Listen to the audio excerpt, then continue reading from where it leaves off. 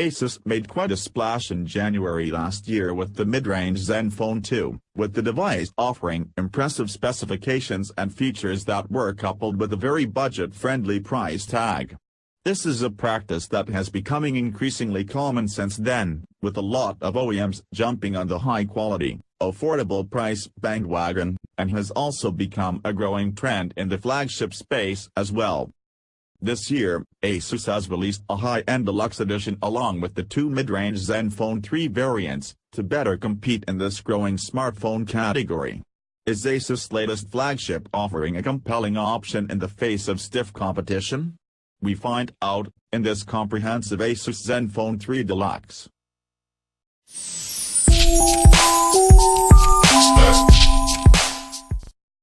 Expectations are high when a word like Deluxe is tacked onto the name of a device, and the ASUS ZenFone 3 Deluxe does deliver in terms of design. As expected from a flagship smartphone, the build quality of this device is fantastic. Unlike its mid-range siblings that utilize a metal and glass construction, the Deluxe edition features a full metal unibody design. Chamfered edges around the front and back, a sloping, curved back, and rounded corners on sides all make for a device that provides a smooth and comfortable feel in the hand. It is fairly thin, with a thickness of just 7.5 mm, which gives it a sleek look, but even more impressive is the fact that the ZenFone 3 Deluxe features a truly full metal construction. You won't find any plastic antenna lines as is seen with every other smartphone with a metal body, and ASUS claims that this is the first smartphone to achieve this. This choice doesn't seem to inhibit the phone's ability to pick up a wireless signal, which makes you wonder why we haven't seen this already, especially from much larger OEMs. With a large 5.7-inch Super AMOLED display with a 1080p resolution, this screen is not going to stack up to a Quad HD display in terms of sharpness, particularly if you are planning to use this phone for VR. But it certainly more than gets the job done and actually looks really great. You get bright and vibrant colors, excellent viewing angles, high contrast, and deep, inky blacks, which are expected features of a Super AMOLED display. The large display makes it the perfect size for playing games and watching videos and movies. It also comes with some handy features that are becoming increasingly common, including a blue light filter, and the ability to tweak the display and color settings to have the screen look the way you want it. Under the hood, the ZenFone 3 Deluxe comes with a Qualcomm Snapdragon 820 processor that is backed by the Adreno 530 GPU and a whopping 6 GB of RAM. This is a processing package that powers the majority of 2016 flagships, plus more RAM than the standard, so unsurprisingly, performance isn't an issue with the smartphone. The device handles everyday tasks like opening, closing, and switching between apps, browsing the web and social media, and a whole lot more, without a hitch. Gaming is very enjoyable, and multitasking is a breeze. You can easily have numerous apps open in the background, including a couple of games, without any signs of slowing down. Despite ASUS' heavily skinned version of Android, the ZenFone 3 Deluxe manages to provide a very fluid experience. 64 GB, 128 GB, and 256 GB are the options available in terms of built-in storage, which is further expandable up to an additional 256 GB via microSD card.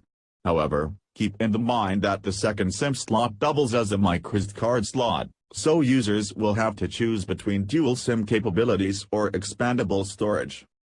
As mentioned, the device comes with a single speaker unit at the bottom which sounds fine and gets decently loud.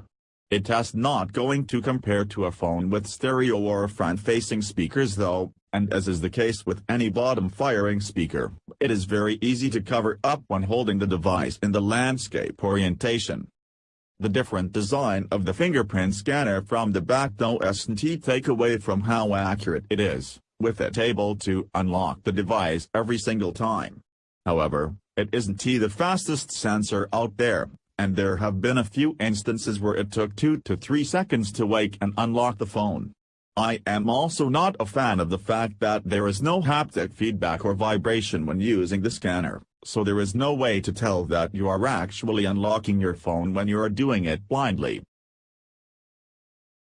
The Deluxe comes with a 23-megapixel rear camera with f/2.0 aperture, optical image stabilization, and a laser autofocus system. Up front is an 8MP shooter with the same aperture, and it works pretty well to cover all your selfie needs. A slew of beauty mode settings to take a better selfie are available to use with the front-facing camera, that can hide blemishes, change your skin tone, widen your eyes, and thin out your face. The camera app is packed with a variety of features, and comes with 20 different shooting modes, including beautification, low light, depth of field, time-lapse, and more, so there is a whole lot you can do with this camera. The built-in manual mode is surprisingly well fleshed out.